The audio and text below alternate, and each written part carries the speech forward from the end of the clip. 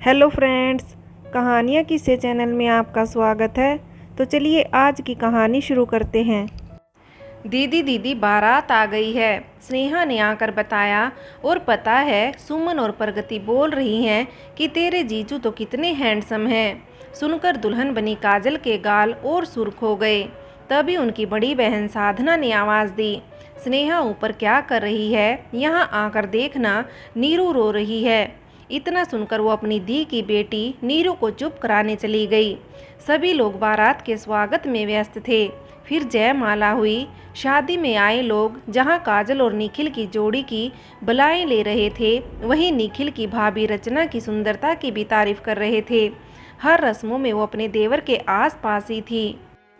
निखिल के भैया सुयस की तबीयत ठीक नहीं थी, इस कारण वो शादी में नहीं आए थे या अपने पति को छोड़ देवर की शादी की जिम्मेदारी निभा रही थी। उसका अपने देवर के प्रति झुकाव सहज ही समझ आ रहा था। सभी उन्हें लक्ष्मण और सीता की उपाधि दे रहे थे। सारी रस्में पूरी होकर विदाई की घड़ी आई। रायपुर के संपन्न व्यापारी की बेटी सारे सुखों में पली काजल के विवाह में माता पिता ने कोई कमी नहीं रखी थी। 3 बहनों में मंजली काजल देखने में सबसे सुंदर और गुणवती थी। विवाह योग्य होने पर कई जगह बात चली, पर संपन्न पिता संतुष्ट नहीं हो पाए। अतः वाराणसी के धनाढ्य परिवार में उनको अपनी बेटी का सुगध भविष्य के आसार दिखे। निखिल आकर्षक थे, ज़्यादा बातचीत नहीं करते थे। औपचारिक देखना दिखाना करके रिश्ता तय कर दिया गया। सबने कहा कि इतनी दूर शादी क्यों कर रहे हैं, परंतु सबको समझा दिया गया कि संयोग वहीं का था और 15 दिनों के कम समय में ही विवाह संपन्न भी हो गया। परिवार और रिश्तेदार ने व्याकुल मन से अपनी लाडली बेटी को विदा किया। मन में ढेर सारे सपने और उमंग लिए काजल अपने साजन के घर के लिए निकल पड़ी। मैरिज हॉल से 20 मिनट का रास्ता तय कर एक बड़ी हवेली के सामने कार रुकी। सास ने गृह प्रवेश करवाया। अन्य रस्मों के बाद वह सब रिश्तेदारों से घिरी थी और निखिल रिलैक्स होने चले गए। थोड़ी देर बाद रचना उसे आराम करने के लिए एक कमरे में ले गई और श्याम को मुंह दिखाई के लिए तैयार रहने का बोलकर चली गई। सब अपने अपने कामों में व्यस्त थे। उसने सुबह के बाद से निखिल को देखना तो दूर, उसकी आवाज़ भी नहीं सुनी थी। उसे माँ पापा साधना दी, स्नेहा और नीरू की याद आ रही थी। थकान के कारण उसकी आंख लग गई। शाम को फंक्शन की तैयारियों का शोर था। निखिल की कजिन ने जब उसको तैयार किया तो आईने में खुद को देखकर शर्मा गई। कॉलोनी की सब महिलाएं आ चुकी थी। सब उसकी सास से उसकी सुंदरता की तारीफ कर रहे थे, पर उसकी आंखें तो निखिल को ही ढूंढ रही थी, पर वो कहीं नज़र ही नहीं आ रहा था। वो रचना से निखिल के बारे में जानना चाहती थी, पर वो भी उसे श्याम से नहीं मिली। समय बीता, सब मेहमान और रिश्तेदार विदा होने लगे और वह घड़ी आई जब काजल अपनी फूलों से सजी सुहाग सेज पर अपने प्रियतम का इंतजार कर रही थी।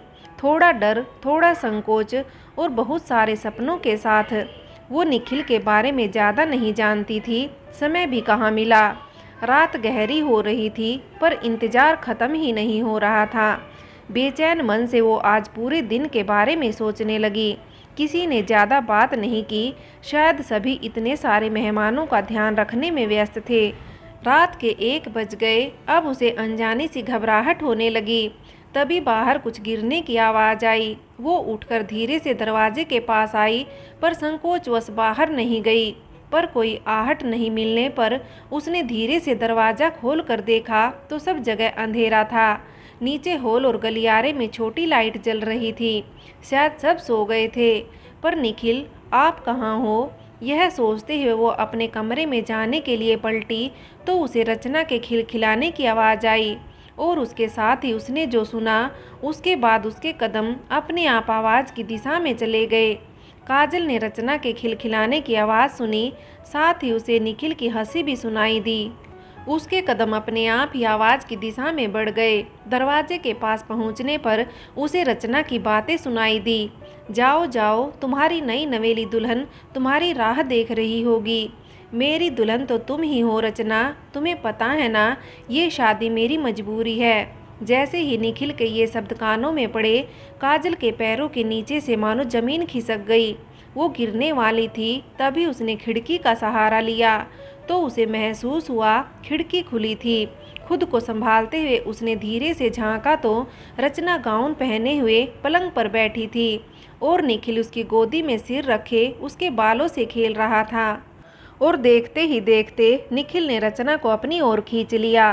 रिश्तों को नापाक होते देखने की अब काजल में और शक्ति नहीं थी और वही नीचे बैठ गई। उसका मन हुआ वो जोर जोर से चीखे, निखिल से पूछे कि क्यों मेरी ज़िंदगी बर्बाद की तुमने, मेरा कसूर क्या था, क्यों क्यों क्यों। उसे माँ पापा की याद आ रही थी। मन हुआ अभी ही कॉल करके उनको निखिल का घिनौना सच बता दे, पर उसने खुद को रोक लिया। वो अंदर तक आहत हुई थी। उसे ऐसे धोखे की उम्मीद नहीं थी। आंसू से भीगे चेहरे और टूटे हुए दिल के साथ उसने एक फैसला लिया और दृढ़ संकल्प के साथ अपने कमरे की ओर चली गई। सुबह होने को थी, पर बीती हुई रात काजल के जीवन में न खत्म होने वाला अंधेरा छोड़ गई थी। आज उसके चचेरे भाई और जीजा जी 15 दिनों के लिए लिवाने आने वाले थे। बोझिल मन से वो नहाकर तैयार हुई। उसने एक हल्की साड़ी पहनी, सिंगार उसे चुभ रहा था। मांग में सिंदूर भरते समय उसका दिल रो रहा था कि आखिर निखिल ने उसके साथ ऐसा क्यों किया। उसने निश्चय किया था कि वो इस झूठे रिश्ते को नहीं निभाएगी, इस धोखे और अपमान को नहीं सहेगी। उसने अपना सामान रोते रोते पैक किया। अपनी बड़ी बहन को कॉल करके सारी बात कहने की हिम्मत जुटा ही रही थी कि दरवाजे पर दस्तक हुई और रचना चाय लिए कमरे में आई और बोली, कैसी रही रात देवरानी जी। काजल से अब रहा नहीं गया। उसने मोबाइल साइड में रखा और रचना से कहा, जिसका पति उसकी भाभी के साथ रात गुजार रहा हो, उसकी रात कैसी हो सकती है। रचना को इस बात का बिल्कुल अंदाज़ा नहीं था कि काजल को एक रात में ही सब पता चल जाएगा। ये तुम क्या अनाप शनाप बोल रही हो। खुद को मासूम बनाते हुए रचना ने कहा, मैंने अपनी आंखों से देखा न होता तो शायद मैं भी कभी नहीं मानती कि रिश्तों का इतना गंदा रूप भी हो सकता है। आप तो एक औरत के नाम पर कलंक हो। आप अपने पति से बेवफाई कर रही हो। काजल ने जब ऐसा कहा तो रचना बेशर्मी से बोली, मैंने कुछ गलत नहीं किया। मेरा पति मेरे लायक नहीं है। उसको देखकर कोई प्यार कर भी नहीं सकता। न सूरत और न ही निखिल की तरह स्मार्ट है वो। निखिल और मैं एक दूसरे से प्यार करते हैं और तुमसे शादी तो मजबूरी में की है। उसे पैसे की ज़रूरत थी और अब तो तुम कुछ भी नहीं कर सकती क्योंकि तुम्हारे पास कोई सबूत नहीं जो हमारे रिश्ते को साबित कर सके। घमंड से ऐसा बोलकर वो चली गई। उसके जाने के बाद काजल ने अपने आंसू पोंछे और मोबाइल उठाकर वीडियो रिकॉर्डिंग ऑफ कर दी। जी हाँ, अब उसके पास उनके गंदे रिश्ते का सबूत था। अब उसे इंतजार था अपने भैया और जीजा जी का। काजल अपने पति निखिल और जेठानी रचना के गलत संबंधों के बारे में जानकर इस धोखेबाजी को सहन न करने का फैसला करती है। अपनी बात साबित करने के लिए मौका पाते ही वीडियो बना लेती है और अब उसे अपने जीजा जी और भाई का इंतजार है। वो अपने कमरे में रुआंसी बैठी थी, तभी उसे दो छोटे छोटे हाथ अपनी आंखों पर महसूस हुए और मीठी सी आवाज़ आई, बताओ मौसी कौन है। नीरू की आवाज़ सुनकर इतनी तकलीफ में भी उसके चेहरे पर मुस्कुराहट आ गई। उसने नीरू को प्यार से गोदी में उठा लिया। नीरू से ही उसे पता चला कि जीजा जी और भैया के साथ साधना दी भी आई हैं। यह जानकर उसकी हिम्मत बढ़ी।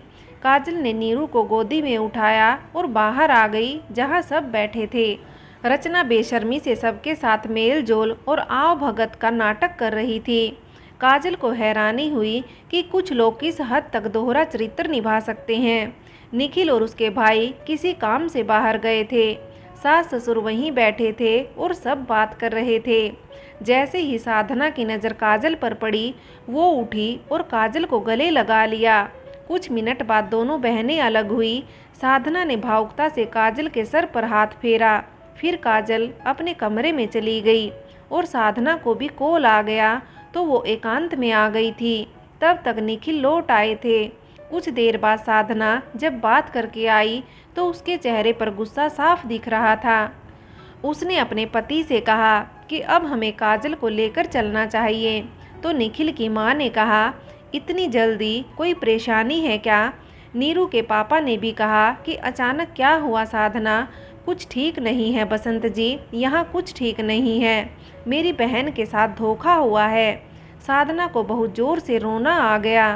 क्या हुआ बेटा, आपको कोई गलतफहमी हुई है? निखिल के पापा बोले तो उसने कहा कि क्या गलत हुआ है ये तो आप अपनी बहू रचना और अपने बेटे निखिल से पूछिए, जिन्होंने देवर भाभी के रिश्ते को अपवित्र कर दिया है। इन दोनों से पूछिए कि मेरी बहन की ज़िंदगी क्यों बर्बाद की। हमसे कौन सी दुश्मनी थी जो हमसे रिश्ता जोड़ा। साधना की तेज आवाज़ से रचना भी किचन से आ गई थी और निखिल के माँ पापा भी सकते में थे। उन्होंने भी आवेश में कहा कि आप ऐसा बेबुनियाद इल्ज़ाम लगा रही हैं। किसने कही ये गिरी हुई बात? कई लोग हैं जो हमसे जलते हैं, उसने कहा, और आपने मान लिया ये गलत है। निखिल ने भी कहा कि आप नाम तो बताओ उसका जिसने ये बोला। रचना भी चिढ़ कर बोली कि आपको कोई हक नहीं कि मेरे बारे में ऐसी गंदी बात कहें। सबकी बातें सुनकर साधना से और चुप नहीं रहा गया। उसने अपने मोबाइल में रचना की रिकॉर्डिंग ऑन करके निखिल के पिता और अपने पति बसंत को दिखाया। साथ ही बताया कि जब वो काजल से गले लगी थी तब उसने कहा था कि साधना दी मुझसे अकेले में कॉल पर बात करो जल्दी, अभी बाहर मैं उसी से बात कर रही थी। रिश्ते का गंदा सच अब सबके सामने था। निखिल के माँ ने निखिल को बहुत गुस्सा किया और रोने लगी। उसके पापा ने भी गुस्से में उस पर हाथ उठा दिया। साधना ने कहा, मैं अपनी बहन को ले जा रही हूँ, काश आप अपने रुतबे के साथ साथ परिवार पर भी ध्यान देते। काजल का तो सब सामान पैक ही था। वो रोती हुई आई, अपने सास ससुर जी के सामने हाथ जोड़कर बोली कि मैं जा रही हूँ हमेशा के लिए, और निखिल और रचना की ओर देख के कहा कि मैं आप दोनों को कभी माफ़ नहीं करूँगी। साधना ने उसका हाथ पकड़ा और बाहर गाड़ी के पास ले आई। किस्मत ने सिर्फ एक दिन में ही काजल की ज़िंदगी बदल दी। काजल अपनी माँ के घर के लिए निकल पड़ी, कभी न लौटने का फैसला करके। सबके जाने के बाद निखिल अपनी माँ पापा के पास गया और बोला कि अब जब आप सब सच जान ही चुके हो तो मैं बता दूं कि मैं रचना को ही चाहता हूं और मुझे कोई फ़र्क नहीं पड़ता कि कोई हमारे बारे में क्या सोचता है। इधर साधना काजल के लिए बहुत परेशान थी। इतने लंबे सफ़र में उसने सिर्फ नीरू से ही थोड़ी बात की, वरना गुमसुम थी। उसने साधना से कहा कि माँ पापा को आप मत बताना, उन्हें मौका देकर मैं ही सब बता दूंगी। जब वो लोग घर पहुँचे तो मम्मी और स्नेहा इंतज़ार कर रहे थे। स्नेहा ने उसे चिढ़ाते हुए कहा कि इतनी जल्दी कैसे आ गए आप? दी की ससुराल वालों ने खाने को नहीं पूछा। तो साधना फीकी हंसी हंस दी और काजल ने आंख नीची करके अपने आंसुओं को संभाल लिया। मम्मी ने उसका पानी उतारा, स्नेहा उसके गले लग गई। माँ की आंखें भी नम हो गई। उन्होंने उसके चेहरे की उदासी का कारण पूछा तो साधना ने कहा कि सफ़र की थकान है, आराम कर लेगी तो अच्छा लगेगा। काजल अपने ससुराल से मम्मी के घर आ गई। मम्मी से उसकी उदासी छिप न सकी। कारण पूछने पर साधना ने कहा, सफ़र के कारण थकावट हो गई है। मम्मी ने प्यार से सर पर हाथ फेरा तो काजल रो पड़ी। उन्हें देखकर स्नेहा और साधना की भी आंखें नम हो गई। तभी उसके पापा दुकान से आ गए और बोले, आ गई मेरी बिटिया, कैसी है मेरी बेटी? फिर अपनी पत्नी से बोले, अरे भाई कुछ खिलाया पिलाया भी या नहीं? पापा को सामने देख काजल उनके गले लग गई। स्नेहा ईर्ष्या का नाटक करते हुए बोली, हाँ हाँ, यही दोनों तो बस आपकी बेटी हैं, मैं तो घर की मुर्गी दाल बराबर हूँ। उसकी बात सुनकर सब हंस दिए। काजल के चेहरे पर भी फीकी सी हंसी आ गई। साधना ने उसके सर पर हल्की सी चपत लगाकर बोला, चल मेरी ड्रामा क्वीन, सबके लिए डिनर सर्व कर। डिनर के बाद काजल के भैया और जीजा जी अपने घर चले गए। जाते जाते काजल को बोले, हिम्मत रखना और समझदारी से काम लेना। तुमने कहा था कि तुम ही बात करोगी, इसलिए हम चुप रहे, पर जल्दी से जल्दी बात करना। इधर स्नेहा बार बार उससे पूछ रही थी कि वहाँ ससुराल में सब कैसे हैं, जीजू ने कुछ बात की या हमेशा की तरह चुप ही रहे, सबका नेचर कैसा है। तो साधना ने उसको प्यार से समझाया कि सुबह होगी तब भी बात कर सकते हैं, अभी काजल को आराम करने दो। तब कहीं स्नेहा देवी ने अपने सवालों पर ब्रेक लगाया। स्नेहा नीरू को अपने साथ सुलाने ले गई। मम्मी पापा भी सोने चले गए। साधना ने देखा काजल बालकनी में बैठी है तो उसके पास आई और बोली, काजल संभालो खुद को। और तुमने कहा था कि तुम खुद मम्मी पापा से बात करोगी, तो क्यों नहीं बताया उन्हें? कब बताओगी? बसंत का भी कॉल आया था। उसने कहा है कि हमें जल्दी से जल्दी मम्मी पापा को सब बता देना चाहिए। तभी दरवाजे पर हुई आवाज़ से दोनों ने पलट कर देखा तो उसकी माँ पुष्पा स्तब्ध सी खड़ी थी। दोनों बहनों ने उन्हें पास में पलंग पर बैठाया। वो समझ गई थी कि माँ सब सुन चुकी हैं। काजल, माँ आप ठीक तो हो? पुष्पा, तुम दोनों क्या छुपा रही हो? मैं काजल को उदास आंखें देखकर ही समझ गई थी कि कोई तो ऐसी बात है जो तुम लोग बता नहीं रहे, क्योंकि जब हम लोगों ने तेरे ससुराल के हाल चाल पूछे तब बसंत और आंसू ने भी बात टाल दी। मेरा दिल बहुत घबरा रहा है, तो बता ना क्या हुआ। काजल माँ की गोद में सिर रखकर रो पड़ी। साधना ने उसके सिर पर हाथ फेरते हुए कहा कि मम्मी, हमारी काजल के साथ बड़ा धोखा हुआ है। निखिल के इतना बोल वो कुछ पल के लिए चुप हो गई। मम्मी ने कहा, निखिल के क्या? साधना आगे भी तो बोलो। साधना अपने आंसू पोंछते हुए बोली, निखिल के अपनी भाभी के साथ गलत संबंध है मम्मी। पुष्पा अविश्वास से उसे देखने लगी, फिर बोली, बेटा तुझे कोई गलतफहमी हुई होगी। किसने कहा तुमसे ये सब? पुष्पा ने पूछा तो काजल ने नहीं में सिर हिला दिया।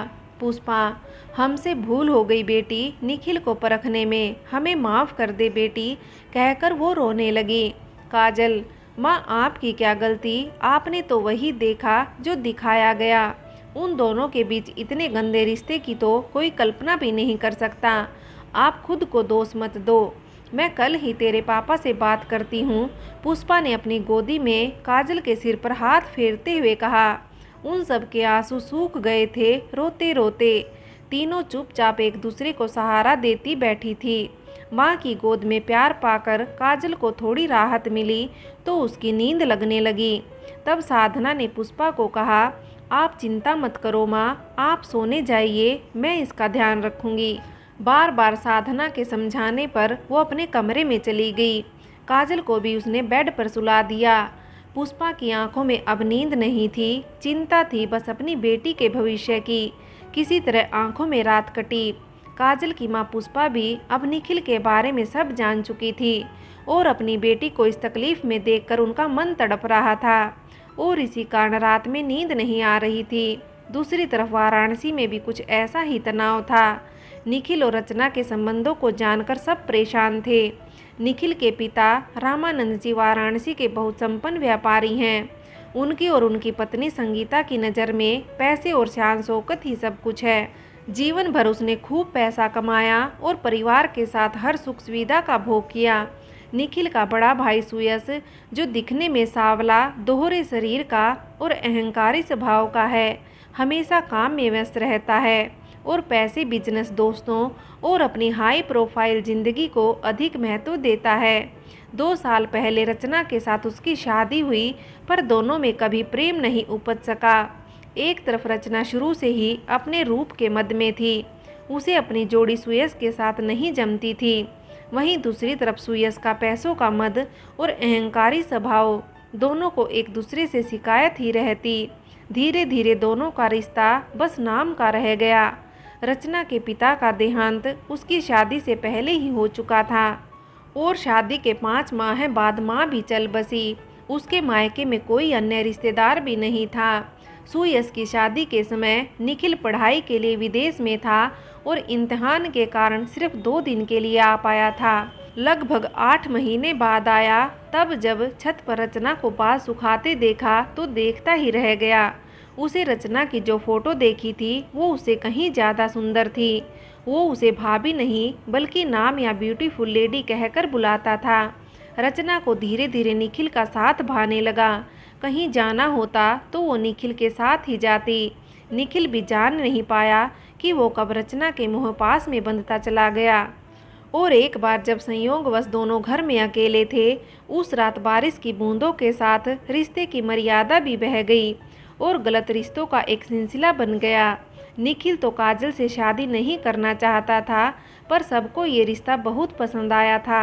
रचना नहीं चाहती थी कि शादी हो, पर निखिल ने उसे अपने प्यार पर भरोसा दिलाया था तो वह मान गई थी। रचना और निखिल को नहीं पता था कि उनका सच इतनी जल्दी और ऐसे सबके सामने आएगा, और वो भी सबूत के साथ। पर इतने के बाद भी उनको कोई पछतावा या लाज नहीं आई। निखिल ने अपने माता पिता से कह दिया कि मुझे कोई फर्क नहीं पड़ता काजल के होने या नहीं होने से, मैं रचना के साथ रहना चाहता हूँ। जब सुयश को इस सच की जानकारी दी गई तो उसने बहुत नफरत के साथ रचना को देखा और चिढ़कर कहा कि तेरे कारण शायद अब काजल लौट के नहीं आएगी, सोसाइटी में क्या इज्जत रह जाएगी हमारी। और निखिल, तूने भी ये सब करने से पहले नहीं सोचा? पिताजी की ओर देखकर बोला, आप इन दोनों को घर से निकाल दीजिए। बहुत बहस हुई इस बारे में, पर निखिल और रचना साथ रहने के लिए अड़े रहे। इधर काजल के पापा के घर में सुबह नहाकर पूजा अर्चना के बाद काजल के पापा रविकांत जी नाश्ता कर रहे थे। नटखट नीरू और चंचल स्नेहा सबके साथ मस्ती कर रही थी। आज साप्ताहिक अवकाश होने के कारण उन्हें कोई जल्दी नहीं थी और अपना दिन वो परिवार के साथ बिताते थे। नाश्ते के बाद उन्होंने अपनी पत्नी से कहा कि पुष्पा जी, क्या बात है, काजल बिटिया कुछ ज़्यादा ही चुप हैं। मुझे लगा सफ़र की थकान है, पर उसने आज भी कुछ नहीं खाया, जबकि मैंने उसकी पसंदीदा साहू की जलेबी भी मंगवाई थी। बात क्या है, ससुराल में किसी ने कुछ कहा क्या उसे? वैसे तो अपनी काजल बहुत सयानी है, फिर भी उसे समझाइए कि थोड़ा समय लगता है आपसी समझ बनने में। फिर रचना बिटिया के रूप में उसे बड़ी बहन भी मिली है। जी, मुझे आपसे कुछ बहुत ज़रूरी बात करनी है निखिल के बारे में। जब पुष्पा ने ऐसा कहा तो रविकांत जी ने सवालिया नज़रों से उन्हें देखा। पुष्पा जी, ये शादी निखिल की पसंद से नहीं हुई है। निखिल और रचना। फिर उन्होंने काजल से हुई सारी बातें और वीडियो रिकॉर्डिंग के बारे में बताया, जिसे वो भी व्याकुल हो गए। गुस्से में बोले, ये आप क्या बोल रही हैं? और अगर ऐसा है तो उसने पहले क्यों कुछ नहीं कहा? मैं अभी रामानंद भाई साहब से बात करता हूँ। काजल के पिता रविकांत जी ने वाराणसी में रामानंद जी के घर फ़ोन लगाया। हेलो, नमस्ते भाई साहब। रामानंद जी, नमस्ते जी। रविकांत जी, क्या जो मुझे बताया जा रहा है वो सच है? और यदि हाँ तो आप लोगों ने मेरी बेटी की ज़िंदगी क्यों खराब की? रामानंद जी, हमें तो खुद नहीं पता था इन सब बातों का, पर अब जब हम जान चुके हैं सब ठीक हो जाएगा। रविकांत जी, कैसे ठीक हो जाएगा? आप लोगों को ऐसा नहीं करना चाहिए था। रामानंद जी, हम निखिल को समझा रहे हैं, आप काजल बहू से कहना फिक्र न करें, हम सब हैं न। और आप सब भी धीरज रखें, आखिर ये दोनों परिवारों की इज्जत का सवाल है। अगर बात बाहर गई तो बड़ी बदनामी होगी। माफ़ कीजिए भाई साहब। रविकांत जी कड़े शब्दों में बोले, मेरी बेटी का दिल टूटा है, वो कुछ खा भी नहीं रही है, न ही बात कर रही है। जब से आई है बिल्कुल चुप है, इतना रोई है कि आंसू सूख गए। पर वो अकेली नहीं है, मैं हूँ मेरी बेटी के साथ। इतना बोलकर उन्होंने फ़ोन कट कर दिया। भारी कदमों से काजल के कमरे की ओर चल पड़े और उनके पीछे पुष्पा जी भी। देखा तो काजल गुमसुम बैठी जमीन की ओर देख रही है। उन्होंने प्यार से उसके सिर पर हाथ फेरा और कहा, मुझे माफ़ कर दे मेरी गुड़िया, मैंने सब कुछ देखा पर चरित्र नहीं समझ पाया। काजल पापा के कंधे पर सिर रखकर रोने लगी। उनकी पलकें भी भीग गई। बोले, बस बेटा बस, अब तू नहीं रोएगी। तेरे पापा का वादा है, मैं सब सही करूँगा। मैं अब तुझे वहाँ नहीं भेजूँगा। तू आराम कर और ख़ुद को तकलीफ़ मत दे बेटा, वरना तेरा पापा नहीं जी पाएगा। नहीं पापा, ऐसा मत बोलिए, मैं नहीं रोऊंगी, थोड़ा समय दीजिए, मैं खुद को संभाल लूँगी, काजल ने रोते हुए कहा। कुछ सोचते हुए रविकांत जी बोले, बेटा मैंने फैसला लिया है कि आपके जीजा जी, बड़े पापा, मामा जी और बुआ जी से इस बारे में चर्चा करूं और उनसे विचार विमर्श करने के बाद आगे क्या करना है यह निर्णय करूंगा। आप जैसा ठीक समझे पापा, मुझे पता है आप सब ठीक कर दोगे, काजल ने आंसू पोंछते हुए कहा। उसके सिर पर आश्वासन देते हुए हाथ रखकर रविकांत जी और पुष्पा कमरे से बाहर चले गए। उन्होंने अपने सभी खास रिश्तेदारों को सारी बातें बताई और विचार विमर्श किया। साथ ही अपने एक वकील मित्र से भी राय मशवरा किया। और कुछ दिनों बाद काजल के पिता ने निखिल को तलाक के कागज भिजवा दिए और साथ ही धोखाधड़ी का केस भी चला। सबूत के तौर पर वह वीडियो जो अवसर मिलते ही काजल ने बना लिया था वह पेश किया गया। निखिल के परिवार ने कई तरह से काजल को वापस बुलाना चाहा, पर साधना और उसके मम्मी पापा ने उसका मनोबल नहीं गिरने दिया। सभी रिश्तेदारों और समाज की सहानुभूति काजल के साथ थी। परिवार के साथ की वजह से उसने खुद को संभाल लिया। मन बहलाने के लिए उसने अपनी सहेली के साथ फैशन बुटीक में ड्रेस डिजाइनर के रूप में काम करना शुरू किया। अब वह पहले से ज़्यादा आत्मविश्वास से भरी हुई थी। अतः निखिल से उसका तलाक हो गया। पर पुष्पा जी और रविकांत जी चाहते थे कि काजल अपने जीवन में आगे बढ़े, पर उसने थोड़ा समय मांगा। लगभग 2 वर्षों बाद फिर से काजल दुल्हन बनी। इस बार उसके माता पिता ने बहुत अच्छे से सभी से पूछकर और धीरज से शुभम को वर के रूप में चुना था। पर सबके साथ हमारी काजल को भी सपने देखने से डर लग रहा था, क्योंकि उसने ठोकर जो खाई थी। शादी हुई, फिर से रविकांत जी ने बेटी का कन्यादान किया और इस बार ईश्वर ने उसके जीवन में बहुत सारा प्यार, विश्वास और सम्मान लिखा था। आज काजल और शुभम की शादी की 21वीं वर्षगांठ है। काजल की बेटी अब कॉलेज जाने लगी है और बेटा 10वीं में अव्वल नंबरों से पास हुआ है।